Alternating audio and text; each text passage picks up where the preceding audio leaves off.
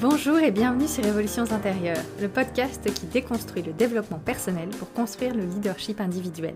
Je m'appelle Émy Druhen et je suis passionnée par nos évolutions intérieures, nos réflexions qui nous tiennent éveillés la nuit et beaucoup nous empêchent de nous reposer. C'est bien ça dont j'ai envie de vous parler aujourd'hui. J'ai envie de vous parler du repos. Fin d'année, le temps est froid, la fatigue de l'année se fait sentir. Comment est-ce que je peux me reposer? Comment est-ce que je peux passer mentalement d'une tâche à l'autre sans avoir l'impression de courir tout le temps? Pourquoi est-ce qu'il est fondamental de se reposer? Comment est-ce que vous envisagez le repos? Quel est votre rapport au repos? Et comment est-ce qu'on peut essayer de trouver de minuscules éléments de repos dans son quotidien bien chargé? Ce sont les questions sur lesquelles nous allons nous pencher aujourd'hui.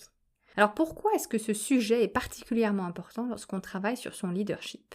Le leadership, c'est d'abord savoir s'emmener soi-même, au travers d'une vision, au travers d'une stratégie. Et donc du coup, cela implique de pouvoir gérer son énergie et gérer celle des autres.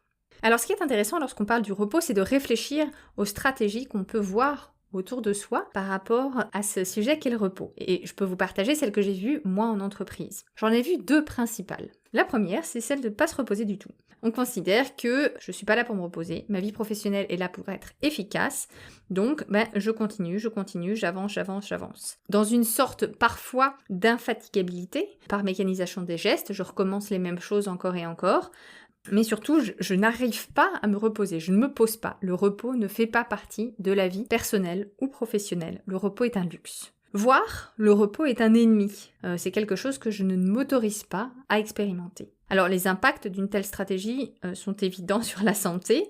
Pas besoin d'évoquer ici, je pense, les chiffres sur le burn-out. Mais elle peut faire aussi tache d'huile sur votre équipe et les personnes qui vous entourent. Si vous ne vous autorisez pas à vous reposer, du coup, c'est l'image et c'est l'exemple que vous allez donner autour de vous.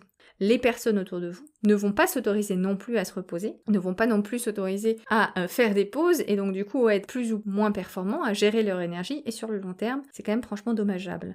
Et parfois, cela peut mener à des stratégies complètement absurdes que j'ai pu voir en entreprise. Programmer des envois d'email à 22h pour faire croire que je suis là, ou faire de la présence uniquement pour encore montrer que je suis performant. Donc le premier rapport au repos, c'est un rapport d'ennemi. Le deuxième rapport au repos, c'est presque comme un ami collant qu'on veut pas trop lâcher. C'est se reposer trop.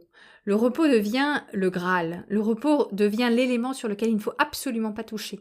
Il n'y a pas du tout de flexibilité. Ça va donner des discours comme « Ah, moi de toutes les façons, je travaille pas après 18h30, 19h. Ah, moi de toutes les façons, mes limites c'est ça et ça, donc du coup, je reste inflexible là-dessus. » Ça va donner des limites qui sont posées brutalement et qui surtout ne donnent pas toujours de puissance à celui ou à celle qui les pose. Ça va donner de la rigidité, intérieure et extérieure, et au final, on peut voir souvent des gens qui sont prisonniers de leurs propres besoins de repos. Et enfin, ça va créer une absence de créativité complète sur comment est-ce que je peux répondre de d'autres façons à mes besoins de repos, au-delà des limites que j'ai déjà posées. Souvent, la dernière stratégie, c'est une oscillation entre les deux. Je me repose pas du tout, et je me repose trop, je me repose pas du tout, et je me repose trop, avec cette phase comme ça de cycle qui est en elle-même également complètement épuisante. Alors comment faire? Comment est-ce que je peux changer mon rapport au repos? Alors déjà, identifier comment est-ce que je le vois. Est-ce que je le vois comme précieux et complètement inatteignable? Est-ce que je le vois accessible à un moment? Et si oui, quand? Est-ce que c'est après? Après quoi? Est-ce qu'il est défini sur telle ou telle plage de la semaine ou pas? Et de bien le distinguer du relâchement. Comment est-ce que j'expérimente le repos? Et comment est-ce que j'expérimente le relâchement? En quoi est-ce que c'est différent lorsque je suis le repos? Par exemple, pour moi, le repos, c'est pas nécessairement rien faire. Pour moi, ça va surtout se manifester comme un état intérieur où je m'autorise à faire ce que je veux. Ça va être beaucoup d'activités, mais ça peut être rien du tout, ça peut être me poser dans mon canapé avec un livre. Le relâchement, à l'inverse, il y a vraiment un côté moral, il y a vraiment une injonction derrière, ça me nourrit pas quand je suis relâchée. Et on a tendance à confondre repos et relâchement. Comment est-ce que je peux aller chercher du repos plus que d'aller chercher du relâchement qui finalement va pas me nourrir? Pour continuer, j'aimerais vous partager 2 leçons de fatigue de la part d'Éric Fiat. Éric Fiat a écrit un livre qui s'appelle Ode à la fatigue et il donne à la fin de son ouvrage 5 leçons, dont 2 me paraissent particulièrement importantes. La première, c'est apprendre que se donner n'est pas se perdre et que s'appauvrir, c'est se réserver. Apprendre que se donner n'est pas se perdre et que s'appauvrir, c'est de se réserver. Que se donner correspond à se trouver, se retrouver. Et comment est-ce que je peux me donner quelque chose à moi-même aujourd'hui? Qu'est-ce que j'ai envie de me donner aujourd'hui? Souvent, quand on pose cette question, les gens répondent du temps. Mais du temps, c'est une ressource. Du temps pour faire quoi? Si j'avais plus de temps, qu'est-ce que je ferais? Est-ce que je ferais de la cuisine? Est-ce que je ferais de la lecture? Est-ce que je dormirais? Comment est-ce que je peux enlever le paradigme temps, qui est simplement un moyen, et aller chercher directement ce que j'ai envie de construire, ce que j'ai envie de me donner à moi-même. Quel est le cadeau que j'ai envie de me faire à moi-même?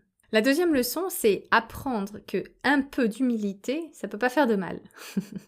Et il distingue bien l'humilité versus l'humiliation. L'humilité, c'est bien s'estimer à sa juste valeur, ni dans la vanité, ni dans le mépris.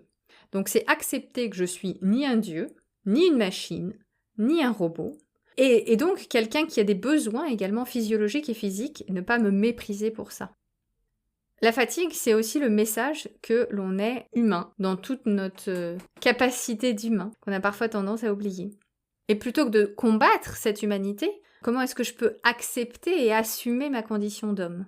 Alors que oui, ça veut dire que je suis humain ou humaine et que cela nécessite de comprendre cette humanité, de comprendre comment est-ce que je peux prendre soin émotionnellement, mentalement, spirituellement et physiquement de mon humanité. Alors c'est ça, qu'est-ce que je peux me donner aujourd'hui en toute humilité ? Est-ce que ce sont des micro-pauses au moment où les réunions s'enchaînent ? Comment est-ce que je peux créer des respirations entre ces meetings sur Zoom ou sur Teams ? Comment est-ce que je peux mettre des limites et dire non aux multiples sollicitations des emails qui arrivent ? Comment est-ce que je peux créer par exemple du mouvement, me lever entre mes différents appels, effectuer quelques grandes inspirations ou grandes expirations ? Comment est-ce que je peux mettre de la créativité dans ma journée de travail et dans ma journée personnelle ? Est-ce que c'est 3 minutes de danse par-ci ? Est-ce que c'est 10 minutes d'aquarelle par-là ? Ou est-ce que je me fais des mini cadeaux à moi-même dans ma vie personnelle et dans ma vie professionnelle ? Parce que être humain, c'est aussi fusionner ces deux éléments, le perso et le pro. Je suis entier ou entière dans l'ensemble de ma journée. L'importance ici, c'est pas vraiment de choisir la bonne solution, c'est de choisir un élément à faire différemment, un élément à tester aujourd'hui, on est lundi, et qu'est-ce que je vais tester de différent pour me trouver un petit peu de repos ? Est-ce que c'est poser mon téléphone loin de moi aujourd'hui et de le garder les 24 heures à côté ? Ou est-ce que c'est autre chose ? Et comment est-ce que je peux utiliser ce message de la fatigue pour faire quelque chose dans le quotidien de différent ? Voilà, c'est bientôt la fin de cet épisode. Je suis curieuse de savoir, vous, comment est-ce que vous écoutez votre fatigue ? Quel message est-ce qu'elle vous donne ? Et surtout, est-ce que vous écoutez ce message-là ? Est-ce que vous faites quelque chose de différent ? Est-ce que vous vous engagez un lundi sur 2 à tester une action, à regarder ensuite en faisant le point le vendredi ? Tiens, qu'est-ce que ça m'a apporté ? Qu'est-ce que ça m'a moins apporté ? Et aujourd'hui, qu'est-ce que tu vas tester de différent sur les 5 jours à venir ? Dis-le moi sur LinkedIn, je suis hyper curieuse de savoir comment tu vas faire les choses différemment. Révolutions intérieures est le podcast qui déconstruit le développement personnel pour construire le leadership individuel, valeur dans laquelle je crois bien plus. Il sort 2 lundis par mois et j'ai hâte de vous écouter et de savoir ce que vous avez pensé de cet avant-dernier épisode qui va bientôt clôturer l'année 2020. J'ai hâte de savoir comment est-ce que vous allez vous mettre en action. N'hésitez pas à me partager ça. Merci beaucoup et à bientôt.